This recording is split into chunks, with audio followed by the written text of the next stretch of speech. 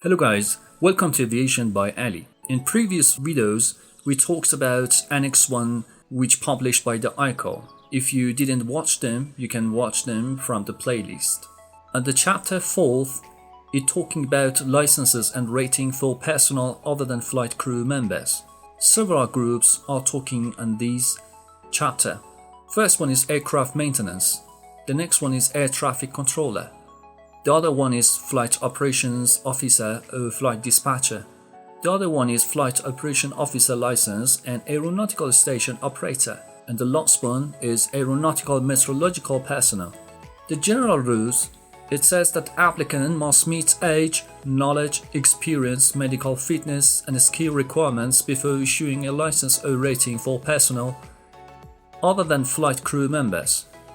And also, the licensing authority determines the knowledge and skill requirements for the license or rating. The first group is aircraft maintenance, technician, engineer, and mechanic. The applicant must be at least 18 years old. The knowledge required included air law and airworthiness requirements, natural science, basic mathematics, aircraft engineering, aircraft maintenance, and human performance.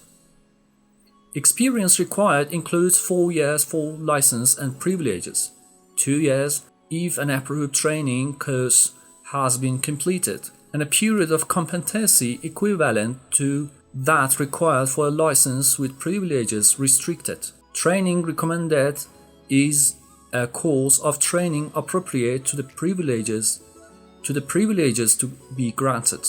Training recommended is a course of training appropriated to the privileges to be granted. The applicant must demonstrate the ability to perform functions applicable to the privileges to be granted. It has some general rules. Applicant must meet age, knowledge, experience, medical fitness, and skill requirements. Licensing authority determines knowledge and skill requirements. Aircraft maintenance, like as technician, engineer, mechanics, must be at least 18 years old. Their knowledge are included air law, airworthiness requirements, natural science, basic mathematics, aircraft engineering, aircraft maintenance, and human performance. Their experience must be 4 years for a license with privileges, 2 years if an approved training course has been completed. Course of training appropriate to the privileges to be granted. Demonstrating ability to perform functions applicable to the privileges. Air traffic controller training overview. They need to have knowledge in aeronautical meteorology, navigation, and air traffic control. Understanding of principle of air navigation, accuracy of navigation systems and visual aids. Operational procedures in air traffic control, communication, radiotelephony, and phraseology. Use of relevant aeronautical demonstration and safety practice associated with flight. Also, they need experience requirements, completion of approved training course, and at least 3 months of satisfactory service in actual control of air traffic, holding a current class 3 medical assessment. For the air traffic controller rating, categories include aerodrome control rating, approach control procedure rating, approach control surveillance rating, approach precision radar control rating, area control procedure rating, and area control surveillance rating. Knowledge in aerodrome control rating, approach control procedure, and area control procedure ratings, and approach control surveillance, approach precision radar control, and area control surveillance rating. Also, they need some requirements for their experience. Satisfactory completion of approved training course and a satisfactory service under the supervision of an appropriately rated air traffic controller. Aerodrome control rating, like as aerodrome control service for a period of not less than 90 hours or 1 month, whichever is greater. Approach control procedure, approach control surveillance, area control procedure or area control surveillance rating.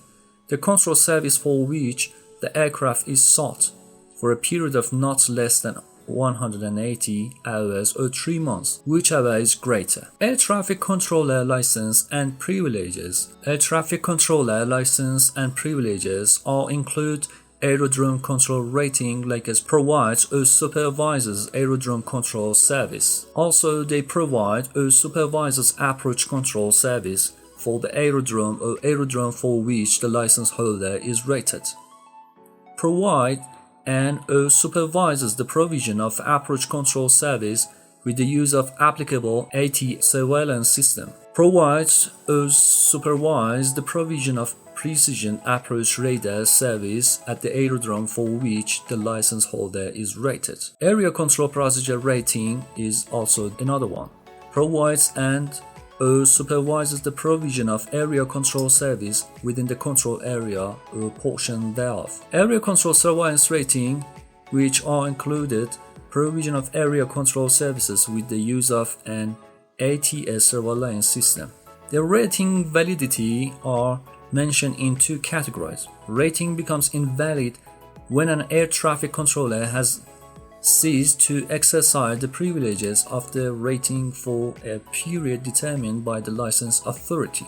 Also, rating remains invalid until the controller's ability to exercise the privileges of the rating has been re-established. The next categories are Flight Operations Officer or Flight Dispatcher license requirements. Their age must be at least 21 years old. Their knowledge, in short, the applicant must have demonstrated a level of knowledge appropriate to the privileges granted to the holder of Flight Operations Officer license. Their license, Flight Operations Officer license holders are responsible for operating supervision and assistance in adverse weather conditions. They must recognize and manage threats and errors. The license holder privileges include serving in the capacity with responsibility for each area for which they meet the requirements in Annex 6. The next part, which in this document is described, is about Aeronautical Station Operator License. The license is not intended for personnel providing AFIS. The applicant must be at least 18 years old. The applicant must have demonstrated knowledge in air traffic services, operational procedures, radio telephony procedures, rules and regulations, and telecommunication equipment. Also, the applicant must have completed an approved training course within the 12-month period preceding application and served under qualified aeronautical station operator for at least 2 months or 6 months. The applicant must demonstrate competency in operating telecommunication equipment and transmitting and servicing radio telephony messages with efficiency and accuracy. The last part of this document is dedicated to aeronautical meteorological personnel. The World Meteorological Organization (WMO) is responsible for qualifications, competencies, education, and training for all aeronautical meteorological personnel. Thanks for choosing this video for watching. If you like this video, please subscribe and share with your friends.